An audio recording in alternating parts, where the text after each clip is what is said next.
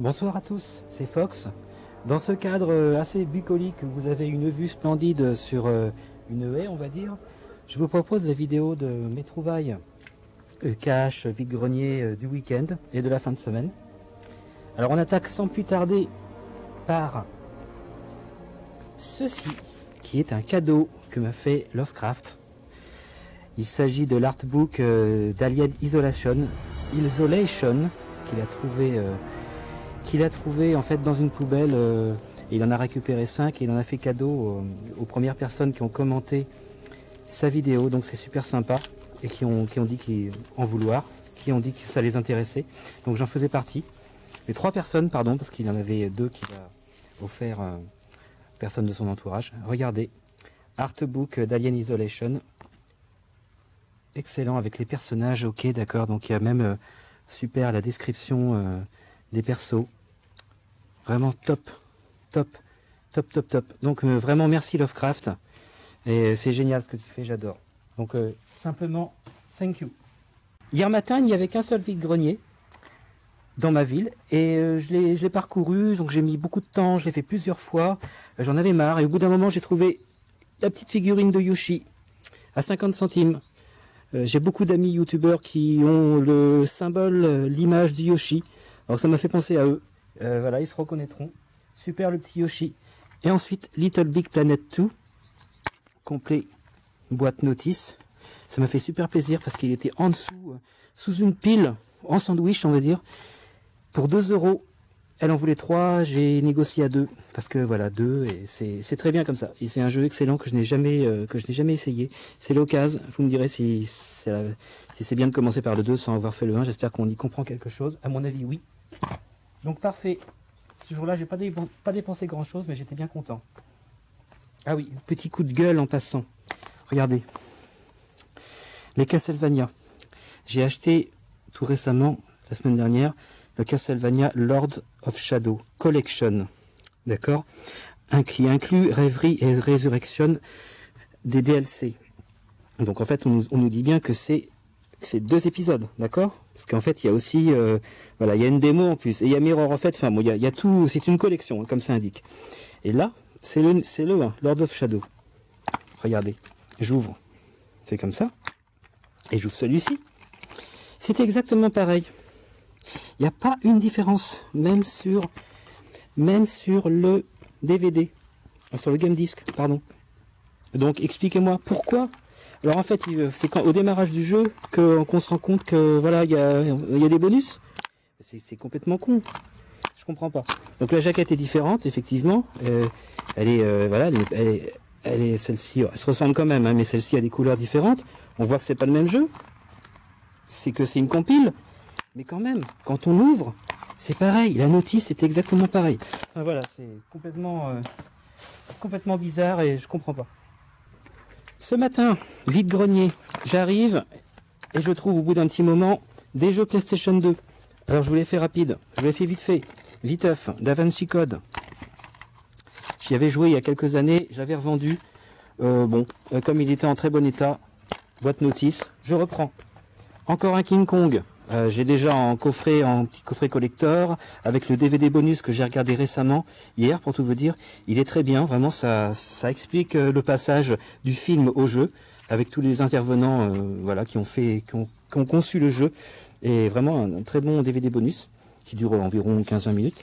Voilà, donc encore un King Kong sur PlayStation 2, un Siberia 2, que je n'avais pas, complet, boîte notice.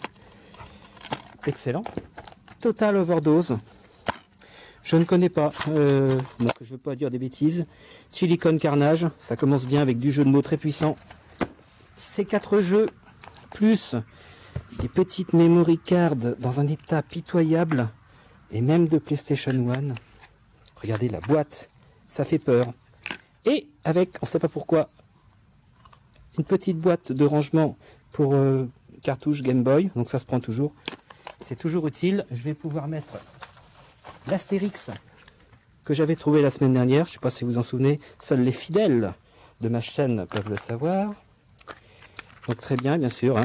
Évidemment, nous rangeons l'Astérix dans sa petite boîte. Tout ça pour 3 €. Et oui, en fait, il n'était pas très, voilà, il n'était pas très inspiré par le prix à proposer. Donc c'est moi qui ai proposé, qui ai dit pour 3 € je prends tout ça. Ok, ça marche. C'est plutôt bien. Nous enchaînons tout de suite avec 2 jeux. Hunter the Reckoning Reward. Que la chasse commence. Je n'en dirai pas davantage. Je ne veux pas me planter. Je ne veux pas dire de grosses boulettes, parce que je ne connais pas. Sonic Gems Collection. Là, il y a plusieurs. C'est une compile en fait. Il y a plusieurs jeux classiques de Game Gear en bonus. Voilà, je me contente de lire ce qu'il y a derrière. Complet boîte notice du Sega. Ça fait vraiment plaisir. Pareil. C'est complet. Et la jaquette est assez sympa. Mais par contre, elle est dégueulasse. C'est une horreur. Ça va passer au nettoyage tout ça. Maintenant, 2 jeux sur PlayStation 1. Driver 2. Complet boîte notice. J'avais eu le 1 il y a une paire d'années. Très longtemps. Et je l'avais revendu. Reboot. La boîte est complètement pétée. Je ne connais pas ce jeu. Voilà le CD. Reboot. Ça a l'air d'être un jeu plutôt science-fiction. On verra. J'ai pris aussi Dead to Rights.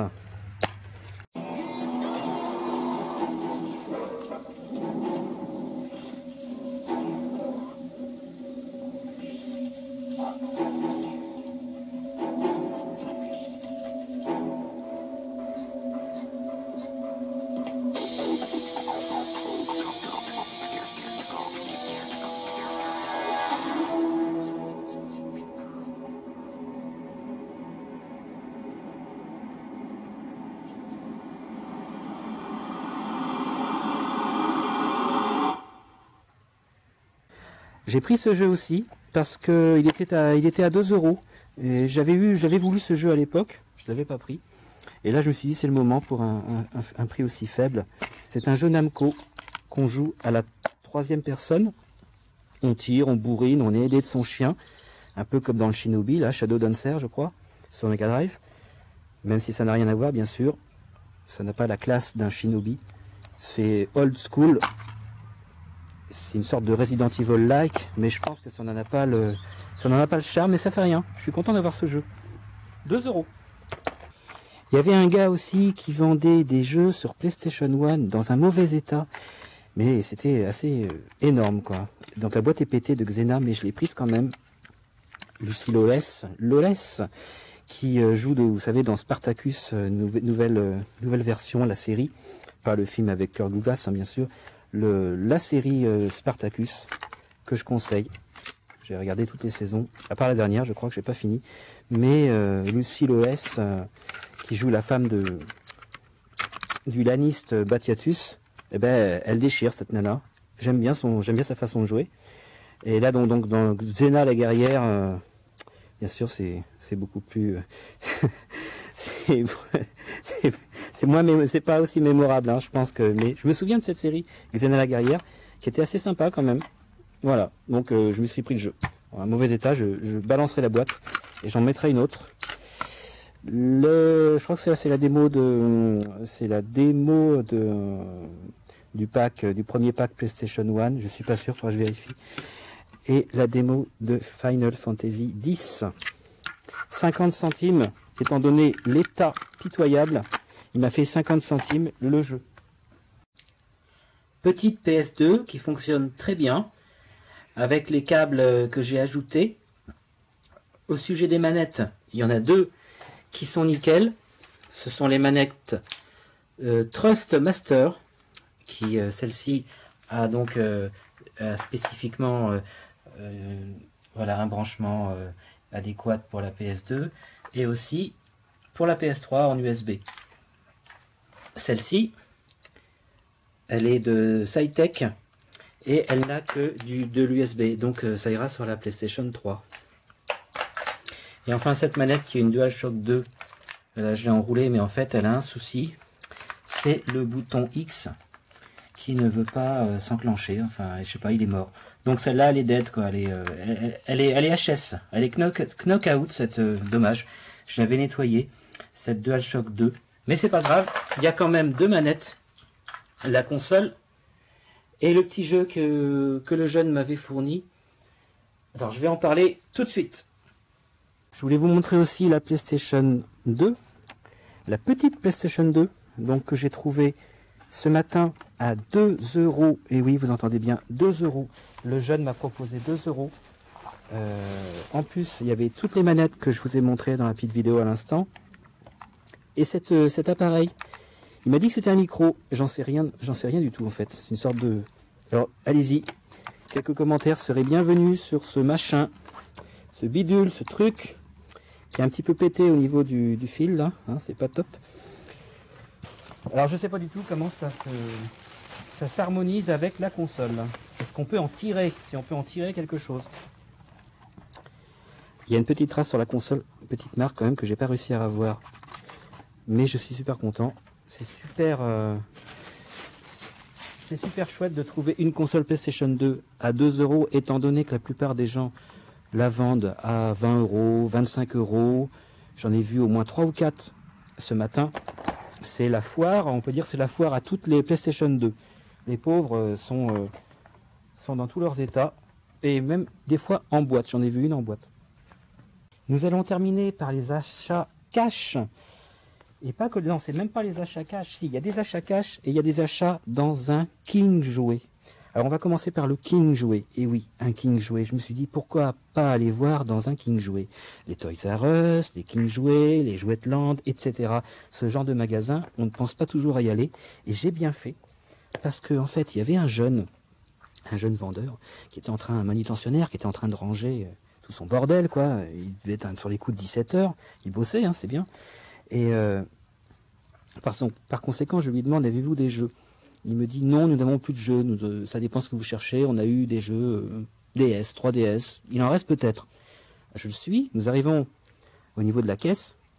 Et là, il y avait un bac qu'on pouvait pas voir. Il m'a dit, c'est normal que vous l'ayez pas vu. C'était pas à la vue du public, on peut dire. Il va falloir avoir des yeux tombés dessus par hasard, quoi. Et là, je regarde un peu ce qu'il y avait dedans. Chicken Little, alors, sous liste, GameCube, 14,99 €. Il y avait un nouveau prix sur ce jeu, c'était 5 euros. Je l'ai enlevé. Et il y avait encore moins 50%, 2,50 €, franchement. Il y avait aussi Pack and Roll de Nintendo 3, de DS. Il y a encore le Blist, vous voyez, Nintendo. Ce jeu a été étiqueté une première fois à 39,99 €. Sans doute il y a un bail, hein. Il y a sans doute plusieurs mois, voire plusieurs petites années. De Namco, ce jeu, c'est une sorte de Pac-Man, je sais pas, oui, c'est Pac-Man, c'est bien lui. Je l'ai eu pour 50% de 15 €. Il y avait un nouveau prix 15 €, 7,50 €. Et enfin, Mega Man 5 Battle Network Double Team DS. Pareil, 39,99 €, nouveau prix 15 €, moins 50%, 7,50 €. Je pense que j'ai fait une bonne affaire. Cash, juste avant, j'y suis allé dans le but peut-être de me prendre des jeux PlayStation 3, puisqu'il y en avait pour 3 jeux achetés, on en avait 2 autres, 2 offerts, donc ça faisait qu'on pouvait avoir 5 jeux. Bien sûr, c'est toujours les moins chers. J'ai hésité un long moment, j'ai failli prendre un Bioshock, 2 Bioshock en fait, réunis, le 1 et le 2, voilà, dans un, quoi, deux en un. Je vais y arriver. J'ai failli prendre ça parce qu'apparemment c'est assez rare. Et il était à 15 €. J'ai hésité, je le prendrai peut-être une autre fois, mais ça correspondait pas ensuite avec ce que je voulais prendre après, quoi. Dans les 4 jeux. J'étais un peu emmerdé. Donc finalement, je me suis rabattu sur du rétro, du bon vieux rétro Solstice, qui ressemble beaucoup à Sortilège, un jeu que j'ai eu sur MO5 Thompson il y a très longtemps, en un temps que les moins de 20 ans ne peuvent pas connaître, comme on dit. Solstice, complet. Alors il manque juste le fourreau, mais je vais pas vous... Si, je vais vous montrer la notice quand même. Je vais vous montrer la notice qui est chouette. Vraiment, regardez, elle s'ouvre verticalement. Et il y a en plus un poster des sorties d'époque. Et enfin, j'ai pris aussi, toujours pour 19,99 €, 20 €, Astérix. Alors ce jeu ne coûte pas très cher, il coûte une dizaine d'euros, donc on paye à peu près 10 € la boîte, mais complète avec encore une fois la notice, très propre. Aucun souci pour la notice. Voilà. C'est pas du neuf bien sûr, mais avec la petite cale aussi en plus, hein. Attention. Et la petite cale, le jeu Astérix, étant donné que récemment j'ai acquis l'Astérix XXL sur PlayStation 2 que j'ai testé hier même, qui n'est pas si mal, qui est plutôt bien. Et ben, je vais rester dans l'univers avec Goscinny et Uderzo. Ça va être sympa. Mais bon, à mon avis, Infogrames. Ah oui, j'adore Infogrames. J'ai eu des jeux sur MO5 Thompson à l'époque. Il faudra que je vous fasse un jour une vidéo si ça vous intéresse sur mes jeux MO5 Thompson. C'est le premier support que j'ai utilisé pour des jeux juste après les Game & Watch et jeux électroniques. Donc c'est pas une console, mais c'est mon premier support pour jouer à des jeux. Et à l'époque, je l'avais vraiment pris pour les jeux, quoi. C'était pas tellement pour le côté informatique, entre guillemets. Cette vidéo est terminée. J'espère que ça vous a plu. Dans un cadre différent, cette fois en extérieur, par ce week-end fantastique. Il paraît que c'est le plus chaud week-end du 18-19 octobre depuis 1954. Donc ça fait 60 ans.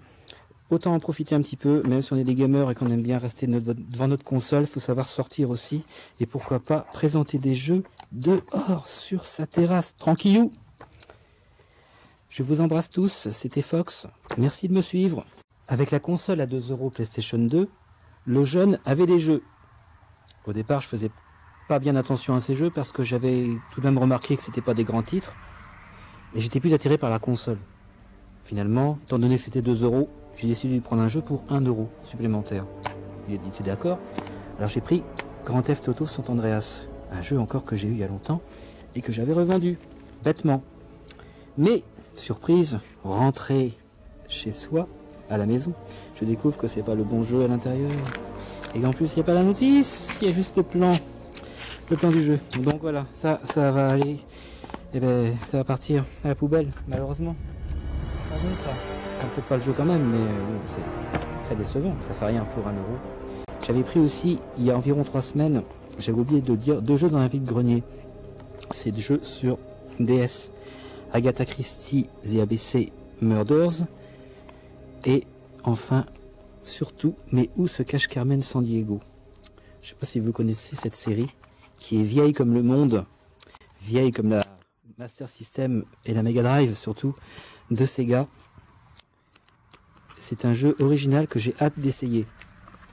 Un jeu de recherche, plus ou moins, où on voyage beaucoup.